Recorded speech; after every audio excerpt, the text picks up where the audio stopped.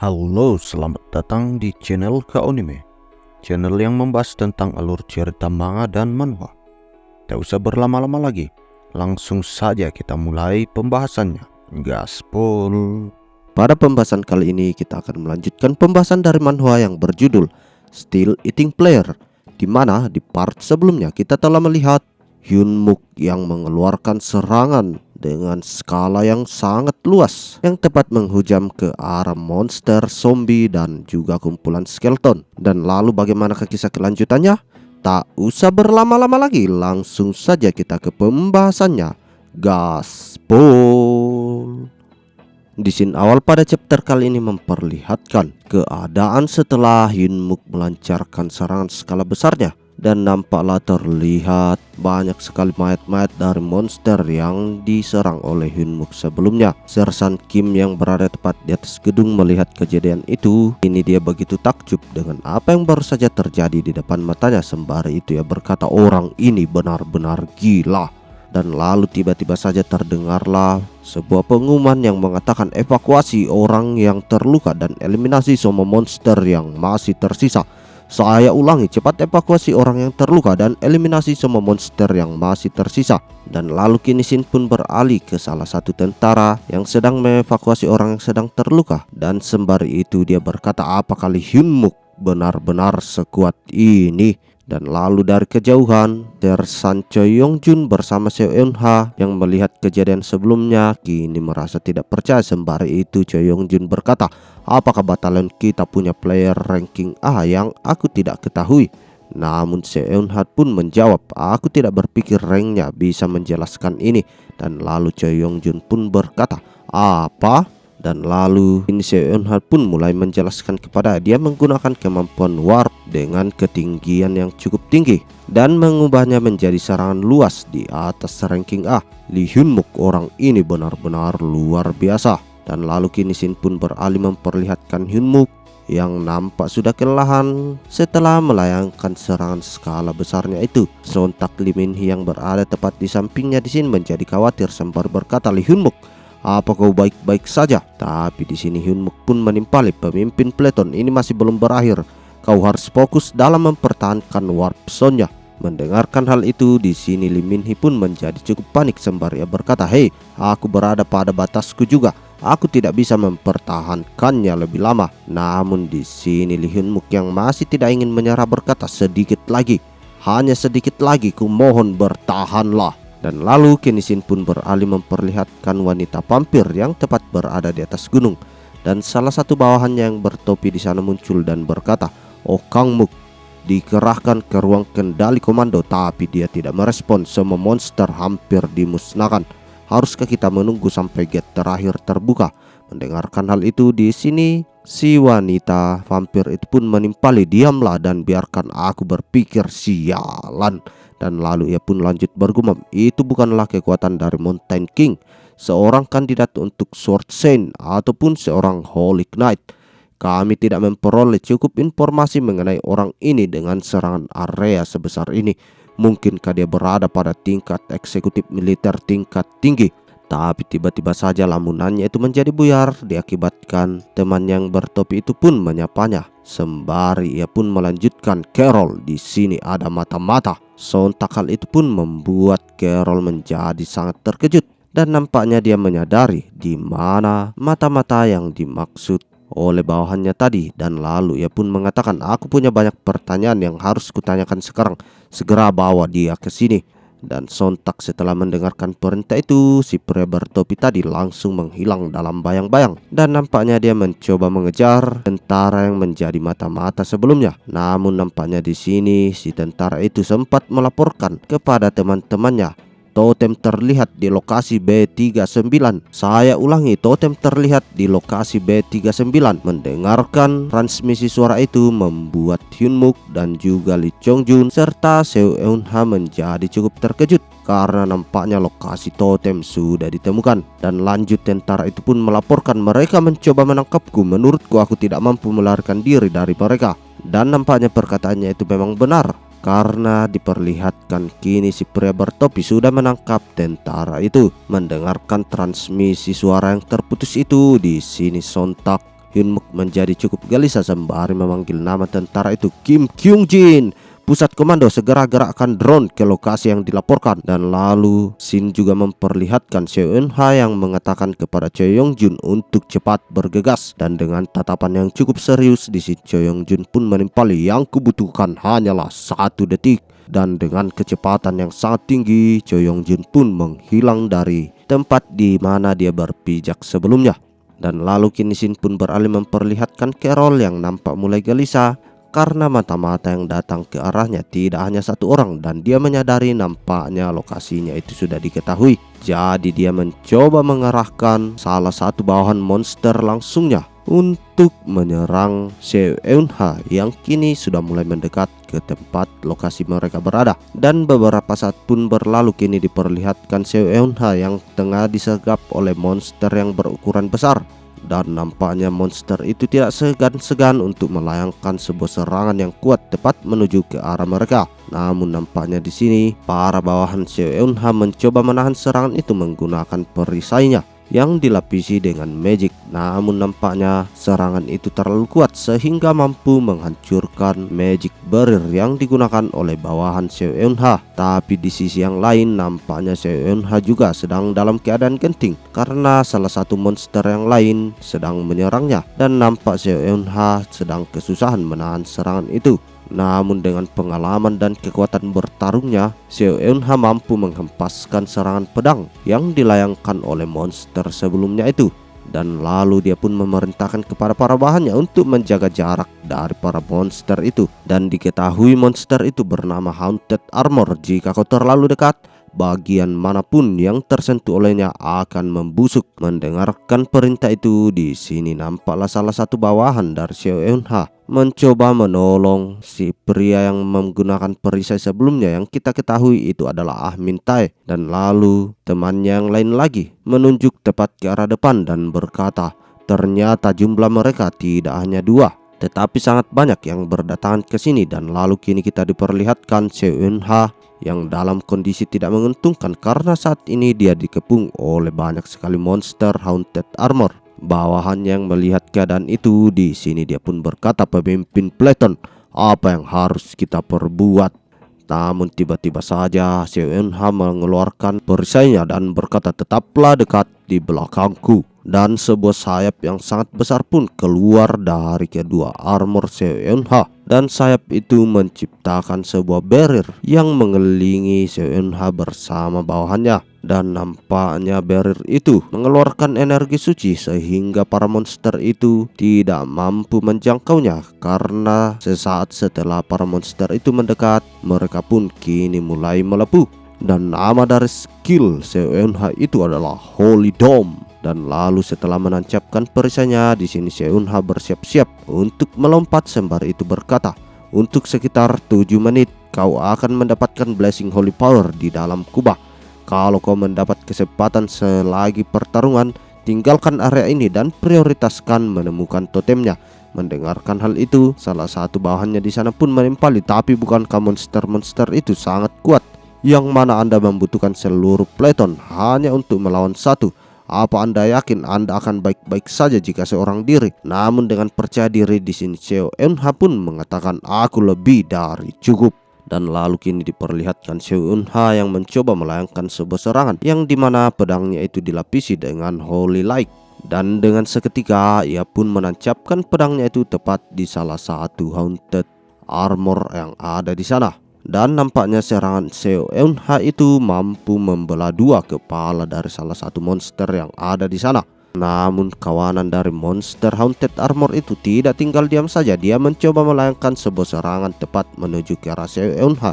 Tapi untungnya di sini Seo Eun-ha masih mampu menghindari serangan itu dan kini mencoba melayangkan sebuah serangan balik. Para bawahan yang melihat kejadian itu di sini hanya dapat bertanya-tanya sembari berkata, apakah seperti itu biasa saja Holy Knight bertarung? Dan lalu teman yang di sampingnya pun mengatakan, aku juga tidak tahu, tapi sekarang aku mengerti kenapa mereka memanggil Letnan Seo Berserker ketika dia memegang pedangnya. Dan nampaknya kini diperlihatkan Seo Eun-ha yang mulai membantai satu persatu Haunted Armor itu. Namun tiba-tiba saja Holy Light dari Seo Eun Ha tiba-tiba terhenti, dan kejadian itu dimanfaatkan oleh salah satu monster yang ada di sana untuk menyerang ke arah Seo Eun Ha. Namun dengan pengalaman bertarung bertahun-tahun di sini, Seo Eun Ha dapat dengan mudah menghindari serangan itu dan menjadikan pedang dari monster itu sebagai sebuah pijakan. Namun nampaknya di sini Seo Eun Ha tidak mendarat dengan mulus karena dia menghantam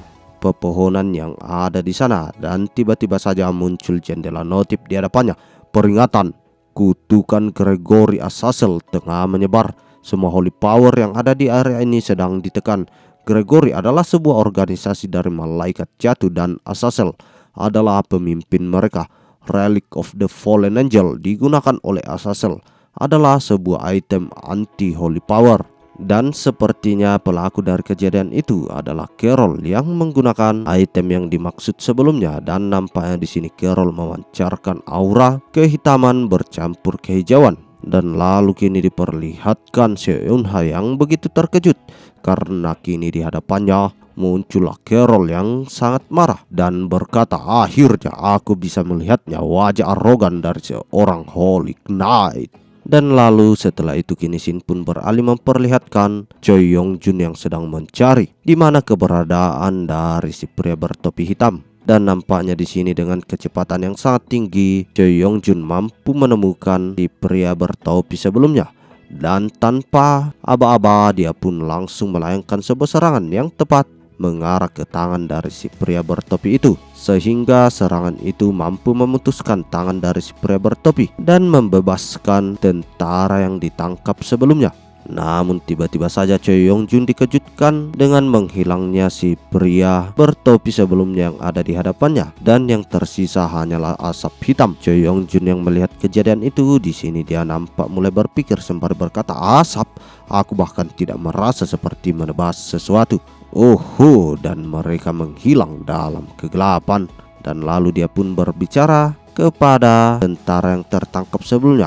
Benar, Kim Kyung Jin, kau tak apa? Hei, sadarlah, sadar. Kalau kau mati, Lee Hyun Mook tidak akan memberikanku whisky. Namun tiba-tiba saja sebuah lengan muncul tepat di belakang dari Choi Yong Jun. Namun dengan kecepatannya dia mampu menghindari serangan itu. Sembari tersenyum, ia pun berkata, terlalu lambat. Namun nampaknya sepertinya serangan pertama itu hanyalah sebuah serangan pengalihan, karena serangan yang sebenarnya kini datang lagi menuju ke arah Choi Yong Jun. Choi Yong Jun yang menyadari akan datangnya serangan kedua itu, di sini dia masih sempat-sempatnya bergumam dan berkata, lihatlah orang ini menyamai kecepatanku. Dan lalu nampaknya di sini si pria bertopi hitam itu mampu melayangkan sebuah serangan yang tepat mengenai bagian belakang dari Choi Yong Jun. Dan lalu sembari itu di sini diperlihatkan si pria bertopi hitam pun berkata, jadi kau adalah kandidat Sword Saint. Dari kecepatan pedang dan refleksimu, aku bisa mengerti kenapa tim infiltrasi dikalahkan. Tapi itu semua tidak ada gunanya melawanku, karena aku tidak bisa ditusuk dengan pedang. Kemampuanmu akan menjadi sia-sia jika aku membunuhmu. Bergabunglah dengan kami. Jika kau mendapat kekuatan vampir, kau bisa berdiri di puncak dunia. Kau bisa menjadi yang terpilih seperti aku. Mendengarkan hal itu, di sini Choi Yong Jun pun nampak tersulut emosinya sembari berkata, omong kosong, berhenti membicarakan hal yang tidak masuk akal dan beritahu aku bagaimana cara mengganti rugi seragam ranking ini. Dan lalu di sini nampaknya si pria bertopi hitam itu tidak mempedulikan perkataan yang dilontarkan oleh Choi Yong Jun sebelumnya, karena dia lanjut berkata, sepertinya bicara tidak cukup untuk membuatmu mengerti. Dan tiba-tiba saja dia mengeluarkan sebuah skill yang berbentuk seperti lumpur berwarna ungu yang dia namai The Soil of Acheron. Melihat serangan yang datang kepadanya itu, di sini Choi Yong Jun pun tidak sempat merespon dan berkata, apa-apaan, tanahnya menjadi lembek. Dan lalu dia pun mengatakan kepada Kim, hei, sadarlah, kau sedang tenggelam. Dan lalu kini diperlihatkan si pria bertopi hitam kembali berkata, kakimu sekarang terperangkap, semakin banyak kau bergerak semakin kuat tanah itu menarikmu. Mendengarkan hal itu, di sini Choi Yong Jun pun berkata, apa yang harus kulakukan dengannya? Ketika bangun nanti akan kupukul kau.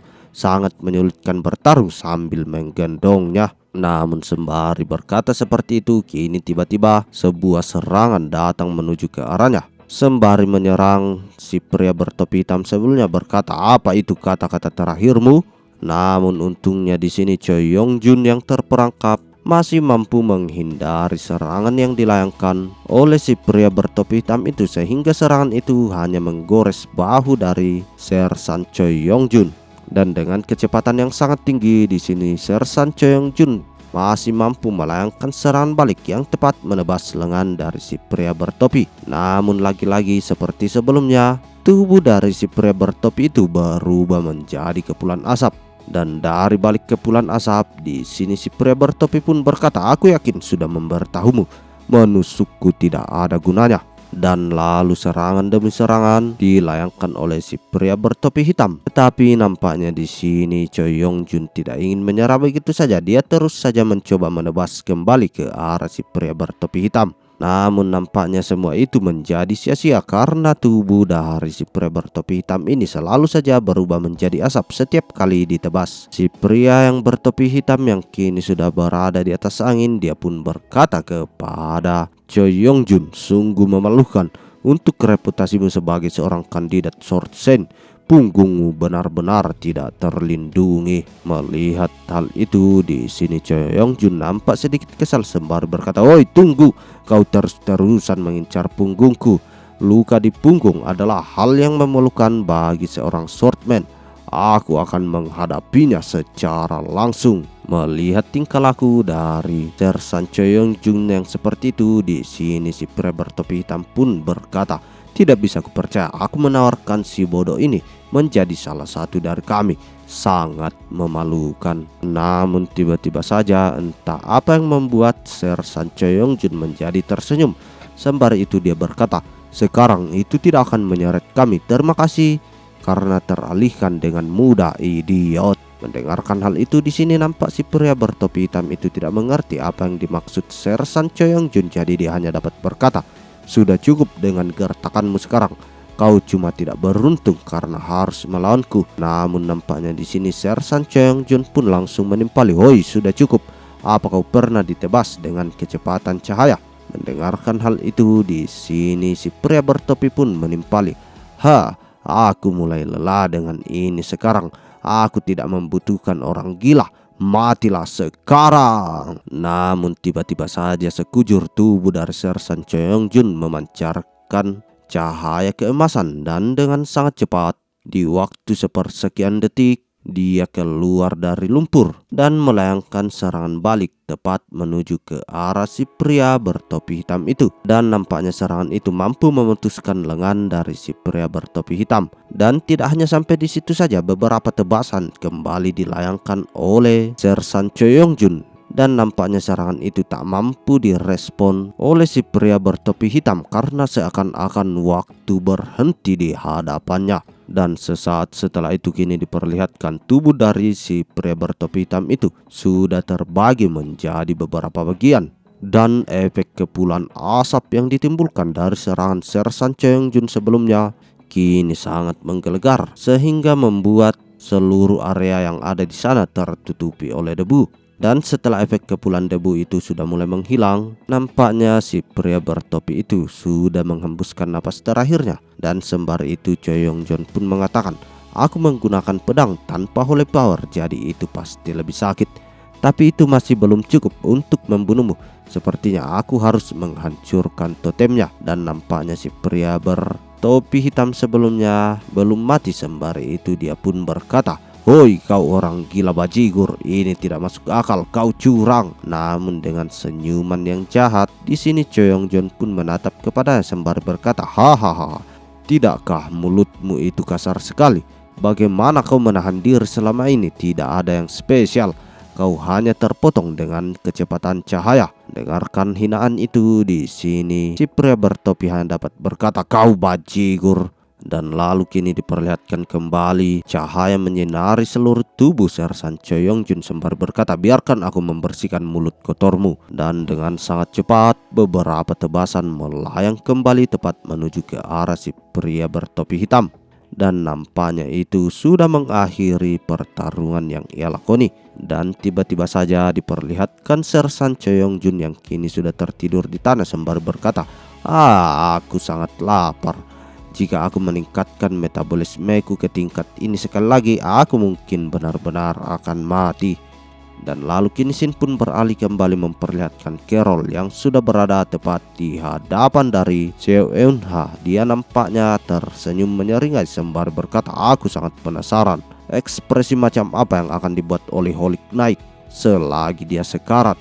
Dan kini diperlihatkan salah satu bawahan dari Carol itu bersiap untuk menebas Seo Eun Ha yang kini sudah tidak berdaya.